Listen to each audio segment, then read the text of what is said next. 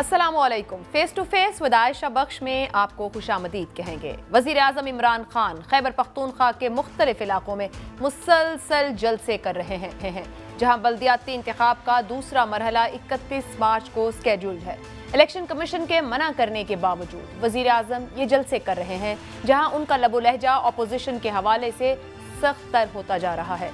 दूसरी जानिब अदम एतमाद की तहरीक के बाद बिल आखिर कौमी असम्बली का इजलास बुला लिया गया है, जो 15 मिनट की कार्रवाई के बाद मुलतवी कर दिया गया। फातिहा के बाद इजलास के इल्तिवा की रवायत बरकरार रही। अपोजिशन ने इस पर एहतजाज किया है। और तीसरा मामला यह है कि मुनहरिफ अराकीन पर बढ़ रहा है इब्हाम। कितने अराकीन मुनहरिफ हैं, कितने वापसी के लिए राब्ते कर रहे हैं और कौन सा रुकन क्या सोच रहा है। आज अहमद हुसैन डहर ने इजलास में शिरकत की और कहा कि वो हुकूमत के साथ हैं, मगर वजीर आजम की जानिब से जो मुलाकात का वक्त दिया गया वो उस मुलाकात पर मिलने भी ना पहुंचे।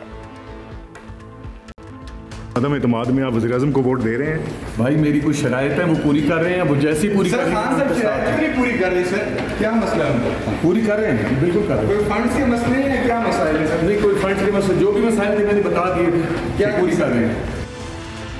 इन तमाम जावियों पर आज प्रोग्राम में बात करेंगे कि पीर के इजलास में क्या होने जा रहा है। पीर को अदालत आर्टिकल 63A पर दायर रेफरेंस पर भी समाअत करेगी। इससे पहले 27 मार्च के जलसे में वजीर आजम क्या सरप्राइज देंगे, या वो क्या ट्रम्प कार्ड है जिसका बार बार ऐलान हुकूमत की जानिब से किया जा रहा है। प्रोग्राम में जो मेहमान हमारे साथ मौजूद हैं, हुकूमत की जानिब से अमजद अली खान नियाजी साहब प्रोग्राम का हिस्सा हैं, पाकिस्तान पीपल्स पार्टी से कादिर खान मंदोखेल साहब और मुस्लिम लीग नून से अली गौहर बलोच साहब। तीनों मेहमानों का बहुत बहुत शुक्रिया। अमजद साहब, आपसे आगाज कर लेते हैं। सर, ये क्या मामला है? अपोजिशन ये कह रही है कि आप अदम एतमाद के मामले पर वोटिंग से घबरा रहे हैं और भाग रहे हैं। बिस्मिल्लाह रहमान रहीम। आयशा, सबसे पहले घबराने तो इनको चाहिए कि जिन्होंने नंबर पूरे करने हैं। अल्हम्दुलिल्लाह। अब बात समझने की है। दो चीजों की मैं वजाहत करूंगा। पहली बात यह है कि मैंने आपके शो में, आपको याद होगा, आज से कुछ अर्सा पहले मैंने आपको बताया था कि इनका सारा जोर हार्स ट्रेडिंग पे है, खरीदो फरोख्त पे है। जो अल्लाह ने सच साबित किया, वो आज सारी दुनिया के सामने आया कि ये वो घटिया सियासत कर रहे हैं जो झांगा मांगा की थी। जब मरी के रेस्ट हाउस से जो दोबारा थे, वो आज जो हम वो अल्फाज नहीं इस्तेमाल करते कि सिंध हाउस को अब लोग क्या देख रहे हैं और क्या सोच रहे हैं, वहां पे जो कुछ हुआ वो भी तारीख का एक हिस्सा बन चुका है। दूसरी बात यह है कि हम समझते हैं कि जो पार्टी के टिकट पे इलेक्शन लड़ा है वो पार्टी का पाबंद है, उसका कलेक्टिव वोट है, इंडिविजुअल वोट की हैसियत नहीं है। इसी के लिए हम सुप्रीम कोर्ट के अंदर गए हैं और वहां से हमने तशरीह मांगी है कि आप इसके ऊपर तशरीह कर दें। ठीक हो गया। अब उसके ऊपर अपने रिमार्क्स अदालत भी दे रही है। अदालत कह रही है कि आर्टिकल 95 कहता है कि जी ये वोट जो है वो पार्टी का है। बाकी अब इसके ऊपर देखो फैसला क्या अपना तशरीह क्या आती, क्योंकि इसके ऊपर सुप्रीम कोर्ट ने तशरीह करनी है, ओपिनियन देनी है, जजमेंट नहीं देनी। ये आपके ज़हन में होना। तो न्याय साहब, आप ये कह रहे हैं जब तक अदालत तशरीह नहीं देगी आप ये वोटिंग नहीं करवाएंगे? मैं नहीं सुन ले रहा। अब बात ये है, एक हमेशा हाउस के अंदर नॉर्म्स है, हाउस का एक डेकोरम है। ये बिला वजह स्पीकर साहब को क्रिटिसिज्म उन पे ऊपर करके ये हीरो बनने के अजीब चक्कर में आर्टिकल 6 ये कह रहे हैं। आर्टिकल 6 तो इन पे लगना चाहिए, इन पे इसलिए लगना चाहिए कि 63A की क्लियर कट वायलेशन कह रही है। और आज बड़े बड़े जो प्रधानमंत्री हैं, इंटेलेक्चुअल्स हैं, वो इनके बारे में अजीबोगरीब तौजियात दी जा रही है। आज हार्स ट्रेडिंग को जो है उसको जस्टिफाई किया जा रहा है। तो आप मुझे बता दें कि आर्टिकल 6 किस पे लगता है? आर्टिकल 6 के तो ये मुर्तकब हो रहे हैं। हमें बताएं कि हम कहाँ पे हमने हार्स ट्रेडिंग की है। दूसरी बात ये है कि इतनी भी कौन सी काली नियाजी साहब, ऑपोजिशन की हॉर्स ट्रेडिंग के कौन से सबूत हुकूमत ने सामने रखे हैं? सर, इल्जाम नहीं ना, कोई सबूत है? आप हुकूमत है तो लेकर आए।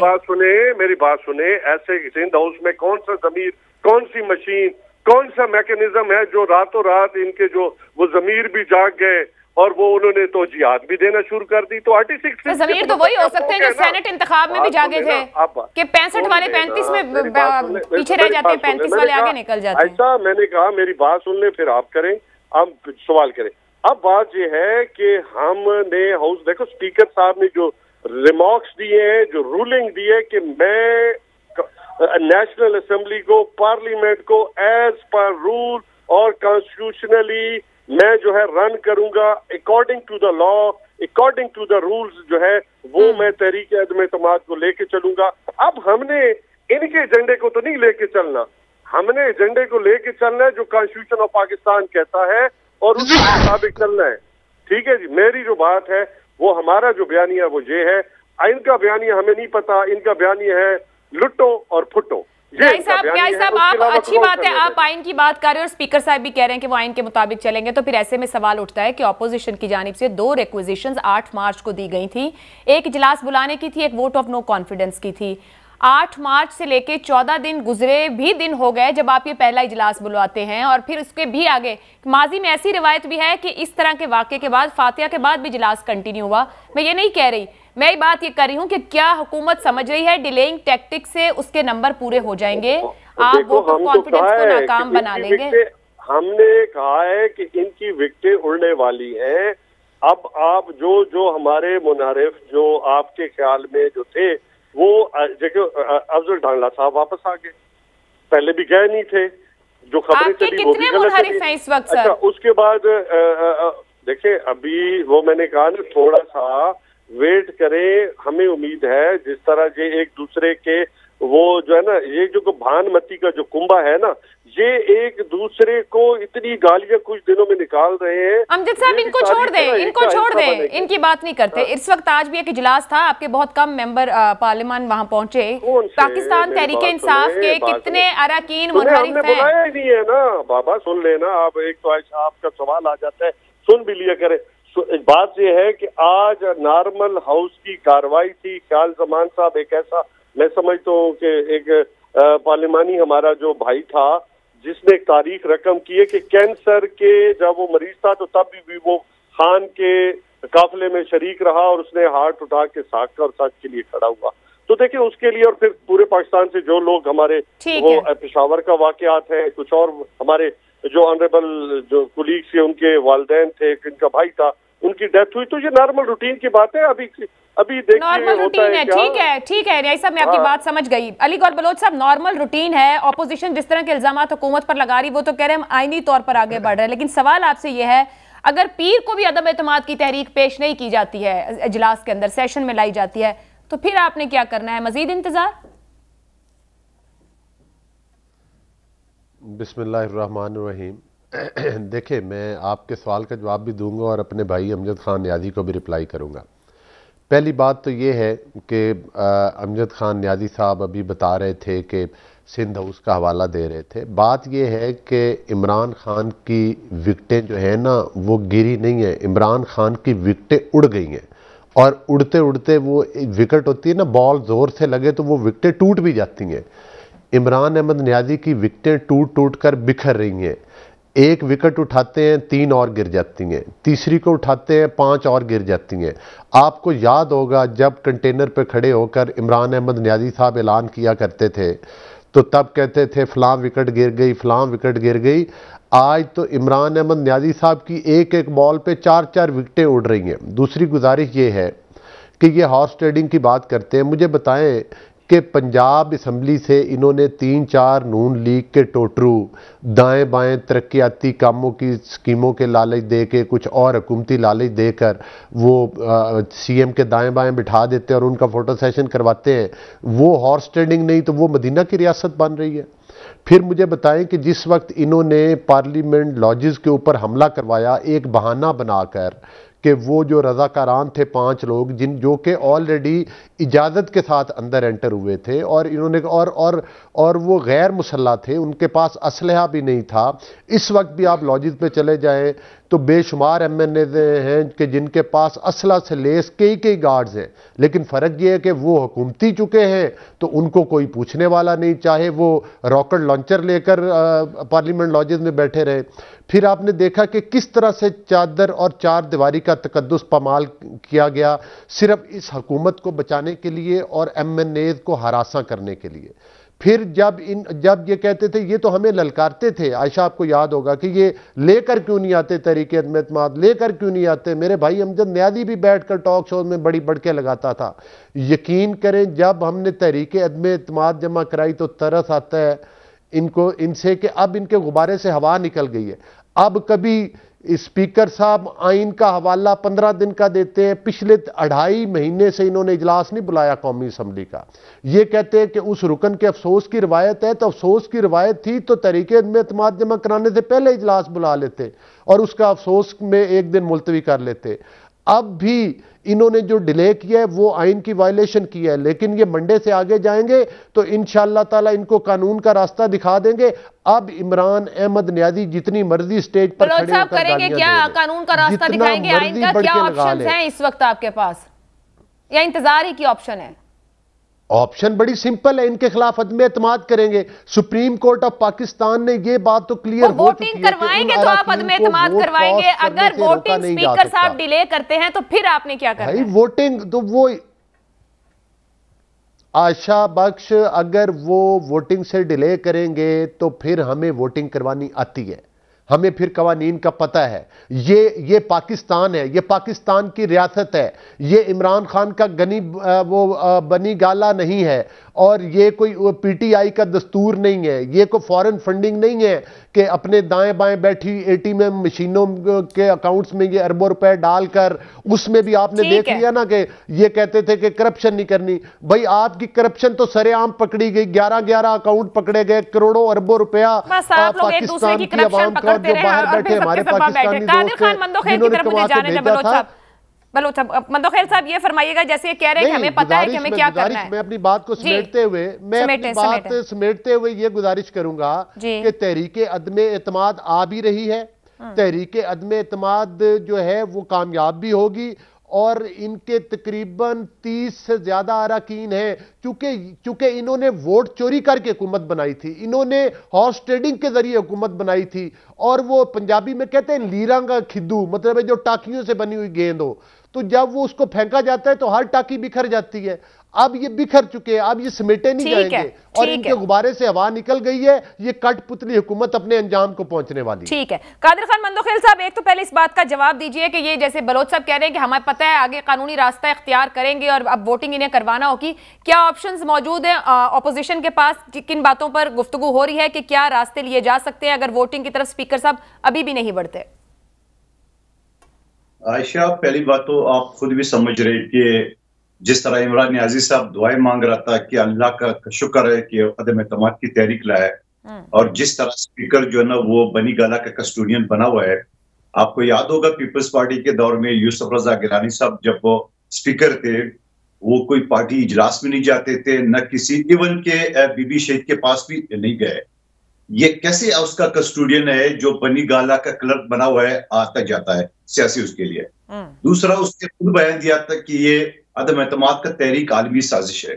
तो आप मुझे बता दें कि जब एक स्पीकर बनी गाला का क्लर्क बन के या इस तरह बयान दे के, तो वो कस्टोडियन कैसे बन सकता है? और फिर मैं कैसे मानूं उस कस्टोडियन को जब पार्लियामेंट लॉजेस में हमला होता है और एमएनए और इनके फैमिली मुझ समेत सिंध हाउस पे हमला होता है और वो हाउस ऑफ कस्टोडियन जो ना वो खामोश तमाशे देख रहा हूं, नंबर एक बात।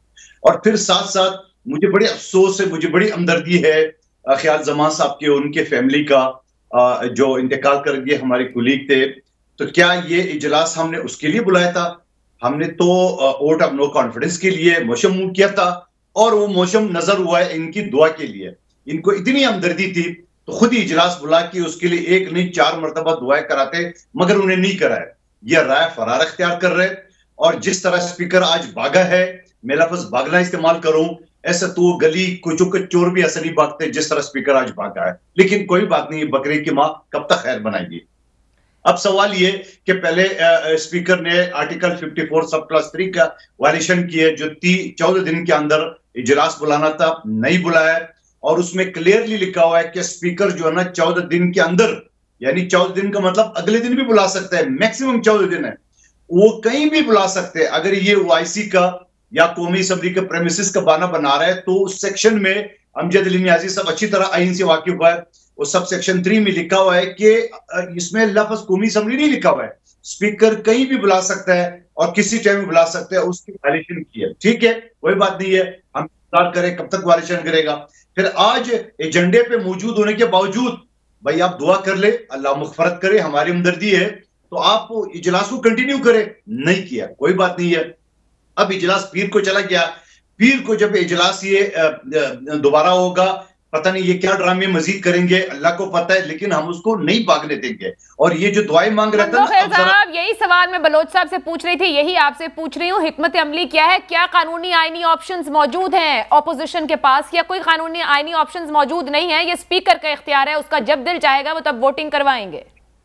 देखिए, एक शख्स जब ओपन इलेक्शन कमीशन के धज्जियां उड़ा रहा हो जुर्माने लगने के बावजूद, जिसका नाम इमरान नियाजी, गिलगित और आजाद कश्मीर के इलेक्शन से लेके और पुख्तनख्वा जो दूसरा फेज है उसके इलेक्शन के हवाले से, वो आपके सामने है, लेकिन हम नहीं भागने देंगे। और फिर अमजद नियाजी साहब जिस तरह सुप्रीम कोर्ट के केस के बारे में बताए, मैं खुद सुप्रीम कोर्ट का वकील हूं, आज भी मौजूद था, पिछले उसमें भी मौजूद था, उसमें सुप्रीम कोर्ट ने उससे सवाल कर रहे थे बार बार अपनी ऑब्जर्वेशन, वो ये कह रहे कि जब वो 63A का क्लास 4 में लिखा हुआ है क्लियरली कि जो शख्स दूसरी पार्टी ज्वाइन करेगा या जो शख्स अपने वज़ीर आज़म के खिलाफ वोट देगा, वो मुर्तकिब होगा नाइली का, फ्लोर क्रॉसिंग का, और उसका बकायदा तरीका मौजूद है। सबसे पहले इमरान नियाजी दरखास्त देगा स्पीकर को, स्पीकर जो है ना वो रेफरेंस भेजेगा इलेक्शन कमीशन को, इलेक्शन कमीशन इसकी तहकीक करके रिप्लाई करके उसके बाद होगा। अभी तो वो सुप्रीम कोर्ट में बैठे हैं, वो कहते हैं नायली की मुद्दत ताहयात होनी चाहिए, इसकी तशरीह चाहिए उनको। मुझे एक ब्रेक लेने दें, क्योंकि आप भी नहीं बता रहे कि ऑपोजिशन के पास ऑप्शंस मौजूद हैं, और ब्रेक के बाद आके आपसे जानने की कोशिश करते हैं कि आखिर क्या ऑप्शंस ऑपोजिशन और हुकूमत इस वक्त रख रही है और वोटिंग को कितना ताखीर तक ले जाया जा सकता है इस ब्रेक के बाद।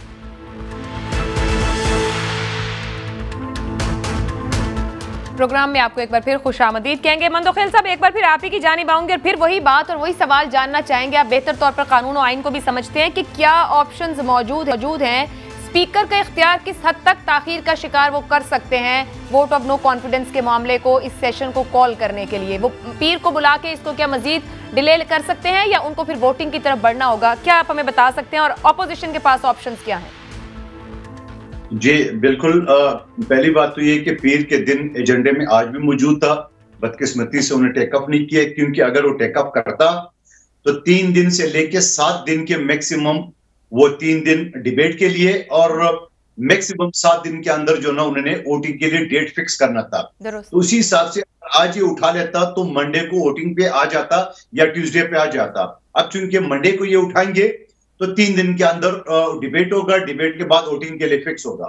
लेकिन मैक्सिमम इसके पास कोई गुंजाइश नहीं है। पहले जो उसने सेशन डिलीट किए उसमें आर्टिकल 254 का सहारा लिए। 254 ये कहता है कि कोई भी इस तरह सूरत-ए-हाल हो तो स्पीकर डेट आगे पीछे कर सकता है, मगर ऐसे तो कोई सूरत-ए-हाल नहीं है। अगर कौमी असेंबली जो है ना वो ऑक्युपाइड है तो कन्वोकेशन हॉल मौजूद है, क्योंकि सेक्शन 54 सब क्लास 3 के तहत कोई कौमी असेंबली लफ्ज नहीं लिखा हुआ है। दूसरी बात, आपने ब्रेक से पहले एक बात कही थी कि ये रेफरेंस भेजा है उन्हें तहयात के लिए, आयशा करके, और उस शख्स के बारे में अगर आप थाने या अदालत चले जाए कि वो जो सामने शख्स जा रहा है, जो चोरी करने जा रहा है, आप उसका सजा अभी से मुतयन करें, तो आप मुझे बताओ किस तरह सजा होगी।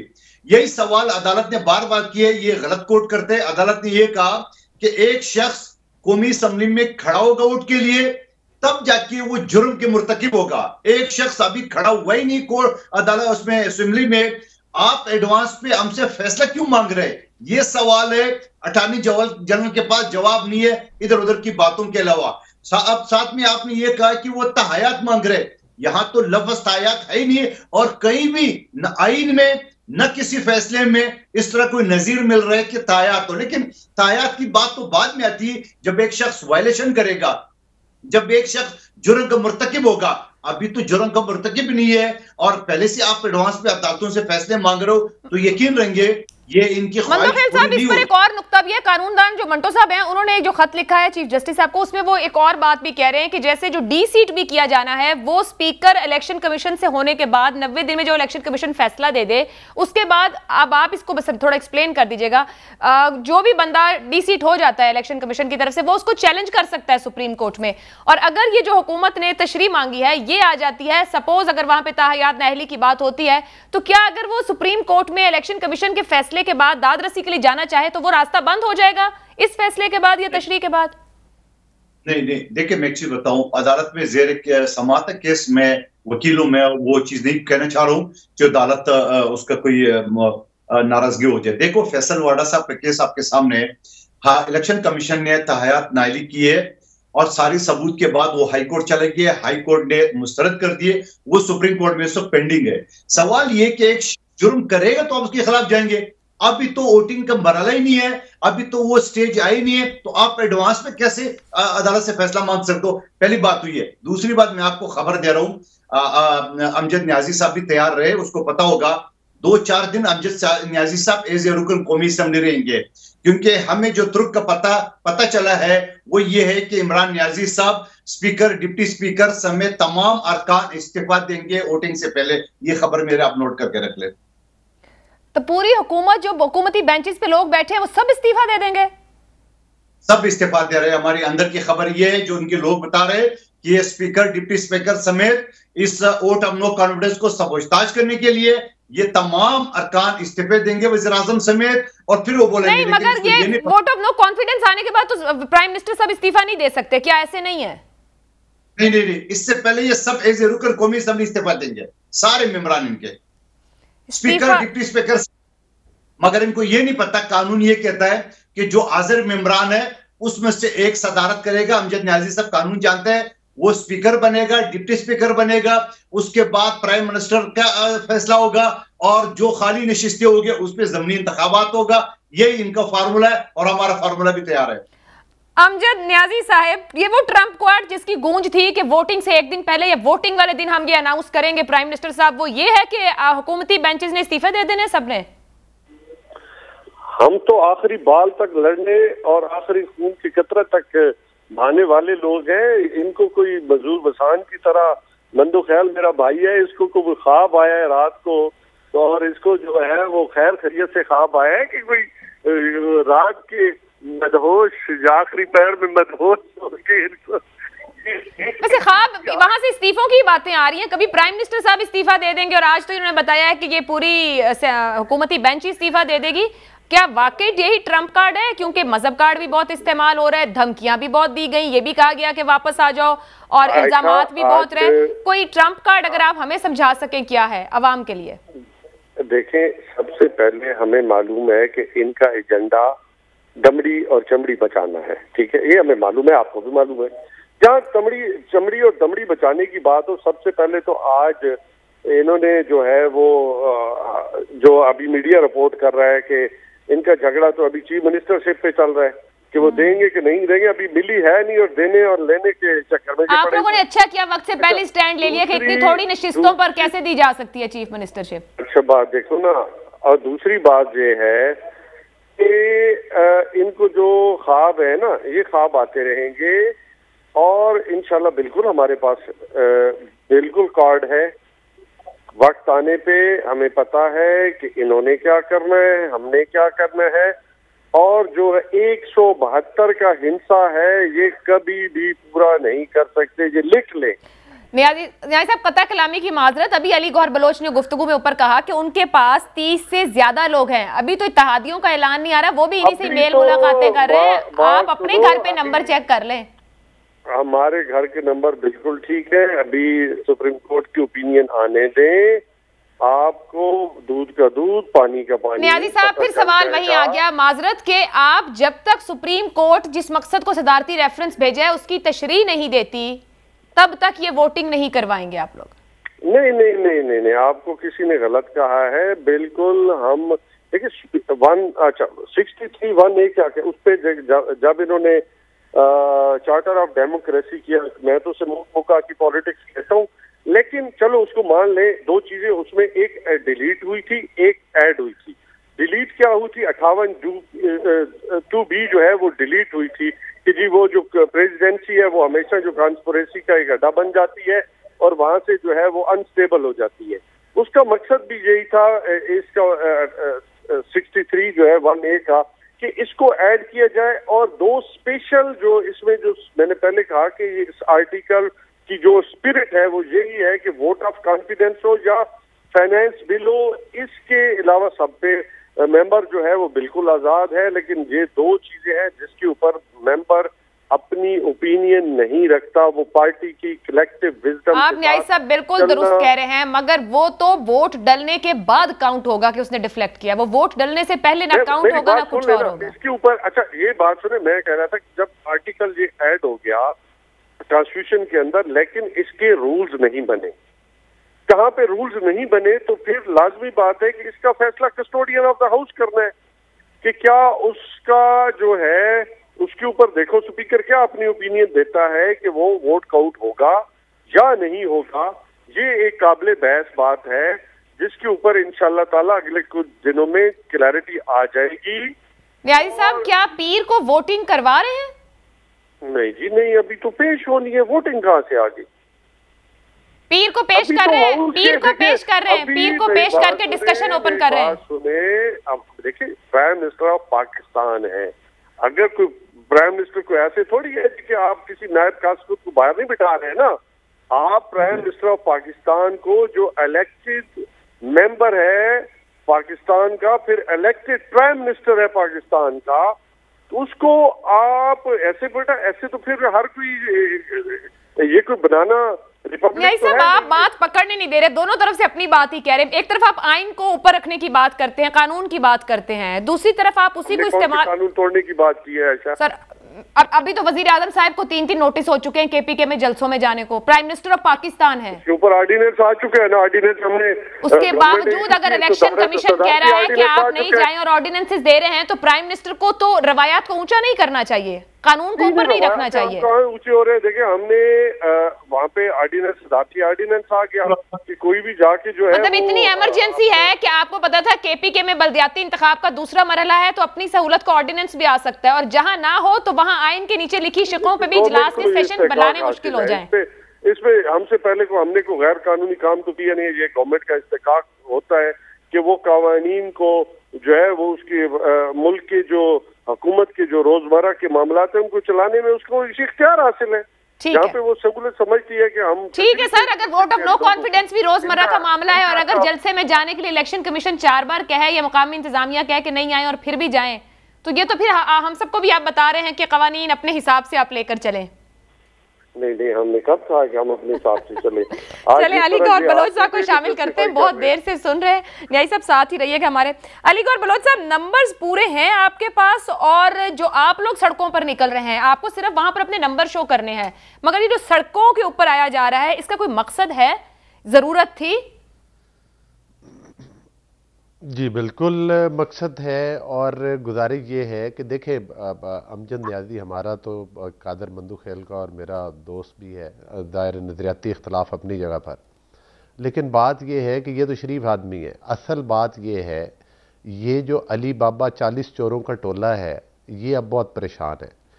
ये अमजद न्याजी बेचारा तो पिछली सफ़ों में बैठा होता है, जो इनकी फ्रंट लाइन है वो सारी इमरान न्याजी की मोस्टली एटीएम मशीनें हैं। सर इतनी भी पीछे नहीं होते हैं, ये स्पीकर साहब की गैर मौजूदगी में चेयर कर रहे होते हैं सर। चेहरे नजर आते हैं। मैं अमजद न्याजी की तो बड़ी इज्जत अफजाई कर रहा हूँ ना, मैं अमजद न्याजी को कह रहा हूँ ना कि ये तो शरीफ आदमी है। गुजारिश करने का मकसद ये है कि अब आपने जो भी सवाल गंदम जवाब चना, मतलब है कि अमजद के पास कोई, आप इससे पूछे ना कदम एतमाद की तहरीक कब होनी है, वो भला प्राइम मिनिस्टर है उसको क्या हो सकता है। अभी ये क्या बात हुई, आइन में एक तरीका दर्ज है, प्राइम मिनिस्टर हो या प्रेसिडेंट ऑफ पाकिस्तान हो या कोई भी हो, तो उसका एक आइनी तरीका है। जब वो चोरों की टीम इकट्ठी करके डाके डाल लेता है और 22 करोड़ अवाम का उससे एतमाद उठ जाता है और अपोजिशन ये फैसला कर लेती है कि इस करप्ट वजीर आजम को और इस करप्ट हुकूमत को इस निज़ाम से अलग करना है, तो उसका एक ही तरीका है, वो है अदम एतमाद। जाहिर है या तो वो वजीर आजम अवाम के प्रेशर से मुस्ताफ़ी हो जाए। हवाले तो न्याजी साहब देते थे, इमरान अहमद न्याजी साहब क्रिकेट के, क्रिकेट भी किसी असूल कायदे से खेली जाती है ना। क्रिकेट में ये थोड़ा है कि आपकी विकेटें उड़ जाएं और आप कहें कि जी मैं तो खड़ा हूं, मैं तो मानता ही नहीं कि मैं उठूं, ऐसा नहीं होता। इमरान अहमद न्याजी की टिकट जो विकेट है, जब वो उसकी मंडे वाले दिन उसका मोशन पेश होगा तो उसके मैक्सिमम 7 दिन के अंदर अंदर भाई साहब घर चले जाएंगे। उससे तीन दिन से पहले नहीं करवा सकता स्पीकर वोटिंग, 7 दिन से आगे नहीं कर सकता। ये कानून है। अगर अमजद न्याजी को नहीं पता या इमरान अहमद न्याजी को नहीं पता तो भाई अमजद किताब जाकर इमरान न्याजी को पढ़ा सकते हैं। तो आप ये कह रहे हैं बलोच साहब जब अगले जुमे तक ये प्रोग्राम हमारा दोबारा होगा तो वजीर आजम इमरान खान नहीं होंगे? ये कुछ ज्यादा नहीं कह गए आप? उनके कार्ड्स अभी वो शो नहीं कर रहे, आप लोग ओवर कॉन्फिडेंट ना हो जाए। मेरी बात नहीं, हम ओवर कॉन्फिडेंट नहीं है, हम कानून और आइन की बात कर रहे हैं। जो आइन में दर्ज है, जो कानून में तरीकेकार दर्ज है, ये कोई बनी गाला का घर नहीं है जिसको वो रेगुलराइज करवा लेंगे। ये कोई पीटीआई का दस्तूर नहीं है जिसको इमरान न्याजी अपनी मर्जी से, ये पाकिस्तान का आइन है। यहां पर सुप्रीम कोर्ट भी है, यहां पर दीगर इदारे भी हैं। ये कोई उनके मतलब है कि कोई उनका जाती घर नहीं है जिसमें उन्होंने सीनरी फलां जगह पे लगानी है, मेरा सोफा इधर लगा होगा, मेरी ड्राइंग रूम की नहीं। इसके कानून और ज़ाब्ते और कवानीन है। इमरान अहमद न्याजी साहब की विकटें गिर चुकी हैं, उनके पार्टी के लोग उनसे मुतनफ़र हो चुके हैं, उनके MNAs उनको छोड़ चुके हैं। ऑपोजिशन और इत्तेहादी भी इंशाल्लाह 1-2 दिन में आपको अनाउंस करते हुए नजर आएंगे। इत्तेफाक़े राय हो चुके हैं। किस कानून, ना कानूनी तौर पर बलोच साहब इत्तेहादियों ने अभी ऐसा कुछ नहीं कहा, काफ लीग को सीएमशिप देने को तैयार हैं आप लोग पंजाब में? देखिए, इन मामलात के ऊपर जो लीडरशिप है उनकी आपस में बातचीत हो चुकी है और वो फैसले तकरीबन हो चुके हैं। वो बहुत जल्द अनाउंस कर दिए जाएंगे जो भी होगा, लेकिन अभी तक बाकायदा अनाउंसमेंट नहीं हुई कि किसी को चीफ मिनिस्टर दे रहे हैं, किसी को क्या दे रहे हैं। हाँ, अगर दे दी तो सरेआम सबके सामने आ जाएगा। अगर इस मतलब है कि अली बाबा 40 चोर के टोले से जान छुड़ाने के लिए हमें को कुर्बानी देनी भी पड़ी तो उसका फैसला हमारे कायद नवाज शरीफ साहब की अलीगढ़ बलोच साहब, अगर ये तय हो गया तो आप बताएंगे तो इत्तेहादी कहेंगे कि जी हम आपके साथ हैं। जो इत्तेहादी कह रहे हैं, जब तक आप वो कहेंगे नहीं कि सरेआम कि हम ये दे रहे हैं या हम कल को इस तरह प्लेटफॉर्म पे जी जिस प्लेटफॉर्म पर ये चीजें डिस्कस हो रही हैं उधर ही फैसले होना है, उधर से ही अनाउंसमेंट आनी है। इसका फैसला अली गौहर ने, अमजद न्याजी ने या कादर मंदोखेल ने नहीं करने। जाहिर है हर पार्टी की एक लीडरशिप है, वो लीडरशिप आपस में मुशावरत भी कर रही है। आपका ये तजस्सुस भी खत्म हो जाएगा। चले माजरत के साथ अगर मैं इस सवाल को ऐसे रख दूं कि अभी भी आपका फोकस ज्यादा इत्तेहादियों पर है या मुनहरिफ अराकीन पर है? ऑपोजिशन ज्यादा फोकस कहां रखे हुए? देखिए, जाहिर है इत्तेहादियों पर और जो इनके अरकान जो हैं, जाहिर है उनको पता है इनके अरकान ने कि हमारी पार्टी ने 3.5-4 साल में जेबें भरने, करप्शन करने, महंगाई करने, बेरोज़गारी फैलाने के अलावा कुछ नहीं किया। हमारे साथ इनके मुनहरिफ अरकान भी हैं और हमारे साथ इंशाल्लाह इत्तेहादी भी होंगे। हमारा बराबर फोकस है दोनों तरफ। और इमरान अहमद न्याजी साहब के पास कुछ नहीं है। अब वो जिस तरह गेम में कहते हैं ना कि रोंदे मारना, अब ये पंजाबी का लफ्ज़ है रोंदे बोलना, ये अब रोंदे मार रहे हैं और मैच से भागना चाह रहे हैं। अब ये फरार का रास्ता चाहते हैं। अब ये NRO मांग रहे हैं, अब ये मिन्नतें कर रहे हैं और तरले कर रहे हैं। लेकिन अब पाकिस्तान की 22 करोड़ अवाम और मौजूदा ऑपोजिशन इंशाअल्लाह ताला इनको इनके मंतकी इंजाम तक आने वाले चंद रोज में पहुंचा देगी और इनके सियासी ताबूत में आखिरी कील भी आपको लगती हुई एक ब्रेक ले लेते हैं। ये NRO का तस्करा हमारी सियासत में हो रहा है। वजीर आजम पाकिस्तान कह रहे हैं इस ऑपोजिशन को NRO नहीं देंगे और आज के दिन तक कहते हैं। और आज मरियम बीबी की जानिब से भी कहा गया है कि इमरान खान साहब NRO चाह रहे हैं, हम उनको NRO नहीं देंगे। कौन आखिर किसे NRO नहीं देना चाह रहा है? एक ब्रेक के बाद।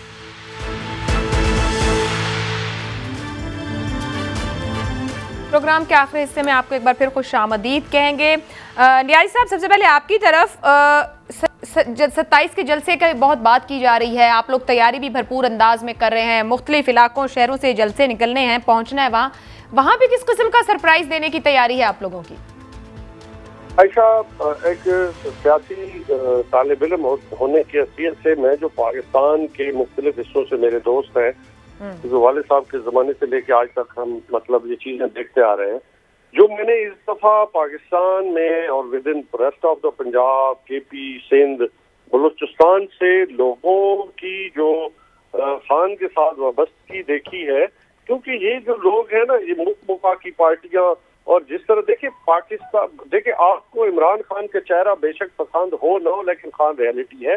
खान पाकिस्तान को रिप्रेजेंट करता है। देखा आपने OIC में उन्होंने जिस तरीके के साथ जो है उसने एक शेर की धार लगाई है, पूरे इस्लामी ब्लॉक को कहा है कि हमें अपना सिस्टम के साथ लेके चलना होगा, दुनिया को बताना होगा कि हम हकीकत है, ये कोई और नहीं कह सकता। जिस तरह इमरान खान की जुर्रत को सलाम के वही कह सकता था और कहा भी उसने। देखिए, क्या पाकिस्तान का फेस मौलाना, क्या अपना शहबाज शरीफ है या मिस्टर 10% है? तो देखिए, आज पाकिस्तान के वैसे न्याई साहब, मैं आपसे उम्मीद नहीं कर रही थी कि आप भी इस तरह का लबो लहजा इख्तियार करेंगे, वो भी नेशनल चैनल पर। वो देख लें आप, जो मिस्टर 10%, मैं तो नहीं कीता, ये नून लीग ने खुद कहती है, मैं तो नहीं कह रहा ना। न्याई साहब, वैसे आपकी नजर से गुजरा है कि आपकी जमात के विफाकी वजीर गुलाम सरवर और शहरयार आफरीदी के बयानात जो वो जलसों में खड़े होकर कह रहे हैं, पार्लिमान को खुद कुछ हमलों से और खुद कुछ धमकियों की बात कर रहे हैं, ये सुनिएगा, पार्लियामेंट में तमाम मुनाफिकीन है, बुनियाद खत्म कर दूं, खुद कुछ धमाके से उड़ा दूं। सर देखें, पाकिस्तान तहरीक इंसाफ एक सियासी हकीकत है इस मुल्क की। इमरान खान साहब वजीर आजम पाकिस्तान है और उनकी तरफ सबका एहतराम है, कोई भी वजीर आजम पाकिस्तान हो, मगर इस वक्त वो वजीर आजम पाकिस्तान है। जलसों में खड़े होकर बदी और अच्छाई की बात करके ये कहना है कि जो यहाँ खड़ा है वो सिर्फ अच्छा है, जो वहां खड़ा है बुरा है। सर, इतने बड़े बड़े इल्जामात, खुदकुश हमले, इस तरह की गुफ्तगू, धमकियां, न्याई साहब जो मुआशरे को तकसीम कर रहे हैं, ये हम सबको भुगतना पड़ेगा। मैंने इसे पूछा कि जलसे में क्या मजीद सरप्राइज रह गया? जो कुछ हम पिछले इतने दिनों में देख रहे हैं, बेहतरीन फोरम था, पार्लिमानी पार्टी का इजलास बुलाती है हुकूमत, 6 हफ्ते हो गए करीबन, मेरा ख्याल से आप तस्दीक कर दीजिएगा मेरी, पार्लिमानी पार्टी का इजलास नहीं बुलाया जहां पर मामलात हल होने हैं। कौमी असम्बली का इजलास नहीं होता जहां मामलात हल होने हैं। सड़कों और जलसों का रुख करना और आपको फॉलो कर रही है पीछे पीछे ऑपोजिशन। क्या हम बेहतर दे रहे हैं मुआशरे को? आयशा, पाकिस्तान जो है उसकी एक नजरियाती सरहदें हैं जो पूरी दुनिया के हैं, दुनिया तक है और विदिन पाकिस्तान भी है, क्योंकि पाकिस्तान बना था ला इलाहा इल्लल्लाह मुहम्मद रसूलुल्लाह की बुनियाद पे। लेकिन बदकिस्मती से पाकिस्तान चूंकि ऐसे लोगों के हाथों में आ गया, तो हमें अपने नजरिए से तो नहीं हटना। खान तो पाकिस्तान का नजरिया बयान कर रहा है, सोच बयान कर। देखिए, 23 मार्च के हमने जो बड़े जोश और खरोश के साथ अपना ये दिन मनाया भी, तो उसका बुनियादी मकसद क्या था कि क्या पाकिस्तान के अंदर हमने रूल ऑफ लॉ को फॉलो किया? क्या हम पाकिस्तान के अंदर नजरियाती सरहदों का तहफ़्फ़ुज़ कर सके? तो आप आते हैं नफी। हमने मुल्क के अंदर अनारकी पैदा करने की कोशिश। अगर विफाकी वुज़रा कहें पार्लियामान पर खुदकुश हमला कर दें, वो क्या कर रहे हैं? देखिए, उनका दिल करता है ये करने को। मेरी बात सुने ना, ऐसा पाकिस्तान में तासुब की सियासत, इलाकाई सियासत, दादरीज़म की सियासत, तो हमने पाकिस्तान अच्छा, टाइम तो खत्म हो रहा है, किसी और को भी मौका दे दें, हमने तो अगले प्रोग्राम में भी जाना है। आपने मुख्तलिफ पगड़ियां पहनी, नहीं आप तो किसी और को मौका भी, पहले ब्रेक में भी बिठाया, हमने भी टॉक शोज करने होते हैं, तो किसी और को भी मौका। ठीक है न्याई साहब, पॉइंट आ गया। मैं एक पॉइंट अपने दोनों मेहमानों से भी ले लूं। जी कादिर खान मंदोखेल साहब, इसी मामले के ऊपर कि जो मामलात आईनी कानूनी तौर पर पार्लियामान के अंदर हल होने चाहिए, वो मिलकर आप सब लोग सड़कों पर ला रहे हैं जलसे जुलूसों की सूरत में। आप मुझे बताओ, बिलावल भुट्टो जरदारी साहब की क़यादत में जब हमने 27 फरवरी को 10 दिन दुनिया की तारीखी मार्च किए, हमने कोई कानूनात में लिए, और IND चौक में जब हमारी कमिटमेंट थी कि हम अदम एतमाद की तहरीक क्लास 1 आर्टिकल 95 के तहत हम जमा करेंगे, हमने कौन से गलत काम किए? आज हुकूमत या उनके कठपुतली स्पीकर से हम यही उम्मीद रख रहे हैं कि आप कानून की पासदारी करें। फिर जो बात न्याजी साहब ने कही है, आयशा, एक प्रिंस ने 2 घड़ियां बनाई थी, एक अपने लिए, एक इमरान न्याजी के लिए। वो घड़ी तोशा खाना से चोरी हो गई, वो 3.5 करोड़ में बेच के वो दुबई चली गई। दुबई से उस शख्स ने कंपनी से रब्ता किए, कंपनी ने प्रिंस से रब्ता किए, प्रिंस ने वो घड़ी वापस खरीद लिए है। तो ये तो एक केस है, जरा सब्र करो, करप्शन की दास्तानें बहुत सारी है, आपको पता चल जाएगा अगले दिनों में। ठीक है, मैं अलीगौर बलोच साहब, अब क्या तैयारी है मुकम्मल? मैं बात कर रही हूँ सड़कों की, मगर बिलाखिर मामला हल होना है पार्लियामान में, अरकान शो अप कर लेंगे? जी देखें, गुजारिश ये है कि मैं बिल्कुल, हमारे पास अरकान जितने भी हैं, चाहे वो मुनरफ हैं और उसके अलावा इत्तेहादी भी, हमारी अक्सरियत 200 से इंशाल्लाह क्रॉस करेगी। लेकिन मैं एक मुख्तसर गुजारिश करूँगा, अमजद न्याजी की हम दोनों रिस्पेक्ट करते हैं। पहली बात तो ये कि मौलाना साहब का कोई नुमाइंदा हमारे साथ नहीं बैठा हुआ। अमजद न्याजी को पता है कि मौलाना साहब का बेटा इनका कोलीग है और वो एक साथ साथ सियासी लीडर के साथ साथ एक दीनी लीडर भी हैं। तो अमजद न्याजी एक अच्छे बाप का बेटा है। मैं इसकी बात की शदीद मजम्मत करता हूँ और मैं समझता हूँ कि पीटीआई की गलीज कंपनी का इसके ऊपर भी असर हुआ है। शेर अफगन न्याजी के बेटे को जेब नहीं देता कि भाई नेम किसी बंदे का उल्टा नाम ले। आज मुझे शक पड़ा है कि ये अपने वालिद की लाइन की बजाय अपनी उस कंपनी की लाइन पर चल रहे हैं जो उस असम्बली में और इस पीटीआई में इनको गालम गलूच और बदतमीजी ब्रिगेड मिला है। और उस आसिफ जरदारी के बारे में गलत ज़बान इस्तेमाल कर रहे हैं जिस पार्टी में खुद इनके वालिद साहब रहे हैं। इख्तलाफ राय करें, इल्ज़ाम भी लगाएं करप्शन के, लेकिन नाम लेके टारगेट करना, किसी के बारे में गलत ज़बान इस्तेमाल करना, मैं अमजद न्याजी को रिक्वेस्ट करूंगा कि कम अज़ कम अपने वालिद साहब का जो नाम है उसकी लाज ज़रूर रखा करें टॉक शोज़ में आके। इमरान अहमद न्याजी के वालिद का हमें पता है कि वो किस जुर्म में जो थे, वो मतलब है कि वो नौकरी से निकले थे। आपके वालिद साहब के आज भी लोग तारीफ करते हैं। बहुत बहुत शुक्रिया अमजद अली खान न्याजी साहब, कादिर खान मंदोखी, अली गौहर बलोच साहब। असल मामला है अदम एतमाद पर वोटिंग का। ये मामला हल होना है पार्लियामान में किसके पास कितने नंबर है। बेहतर है कि पार्लियामेंटेरियंस और सियासी जमातें फोकस वहां रखें, ना कि सड़कों पर आकर इल्जामात और गालम गलोच में मुआशरे को मजीद बदतरी की तरफ लेकर जाएं। इजाजत दीजिए, अल्लाह हाफ़िज़।